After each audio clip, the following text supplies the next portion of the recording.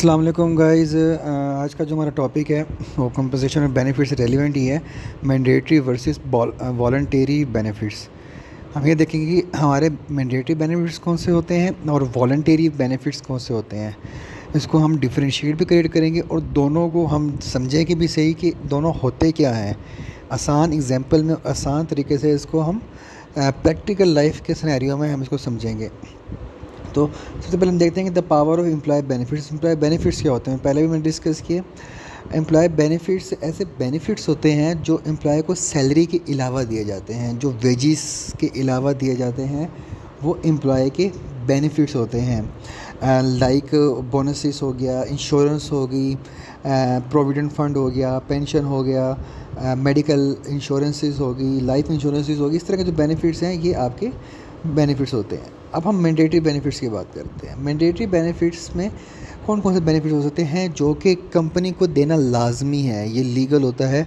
अगर ये बेनिफिट्स नहीं दिए जाएंगे तो वो इलीगल कहलाएगा। तो ये मैंडेटरी बेनिफिट में सबसे पहले सोशल सिक्योरिटी, ये रिटायरमेंट प्लान होते हैं जिसको हम EOBI भी बहुत वक्त पाकिस्तान के टर्म में कहते हैं, old employee old age benefit, या इसके अलावा VPS भी होता है, वो हम आगे जाके अलग अलग करके देखेंगे।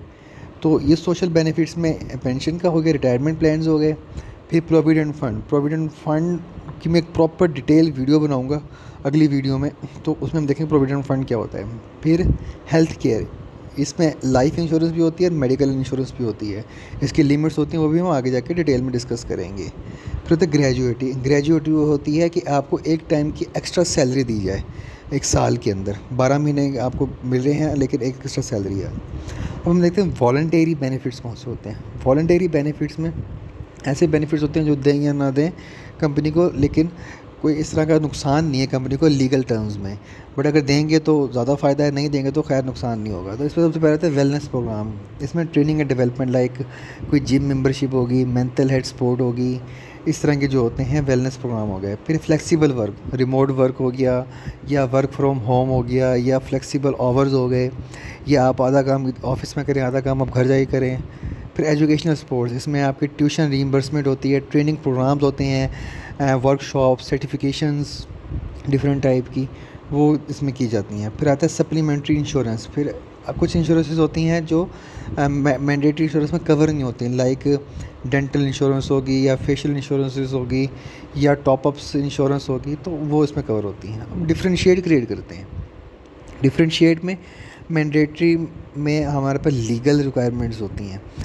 इसको पूरा करने के लिए आपको पूरी डॉक्यूमेंटेशन और पूरा एक सेक्शन लोगों को हायर करना पड़ता है जो इसको मैनेज करे। जबकि जो वॉलंटरी बेनिफिट्स हैं इसमें एम्प्लॉय की डिस्क्रिप्शन होती है कि एम्प्लॉय मोटिवेट होता है, इससे दें या ना दें। अगर देंगे तो मोटिवेट होगा, नहीं देंगे तो एटलीस्ट डीमोटिवेट नहीं होगा।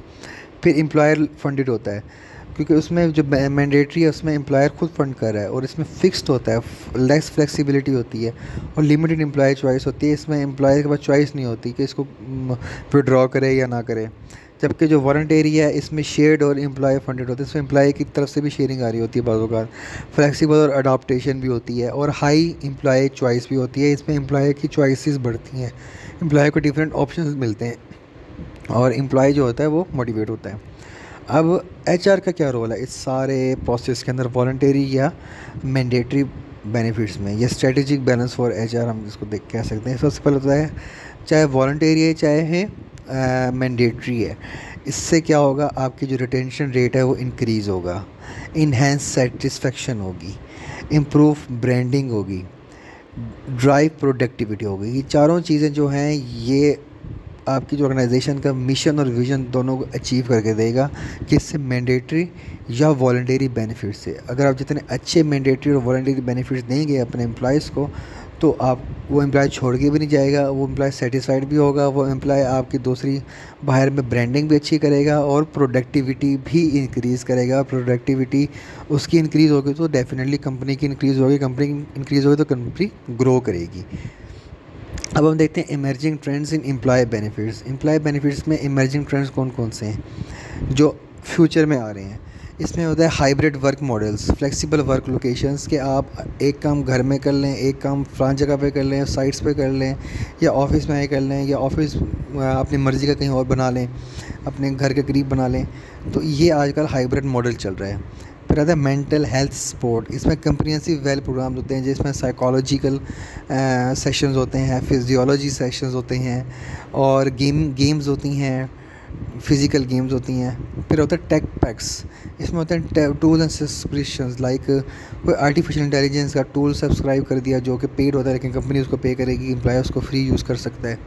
फिर होता है सस्टेनेबल बेनिफिट्स। ऐसे बेनिफिट्स जो सस्टेनेबल हों, लाइक इको फ्रेंडली इनिशिएटिव्स, पौधे लगा देना, इस तरह वगैरह।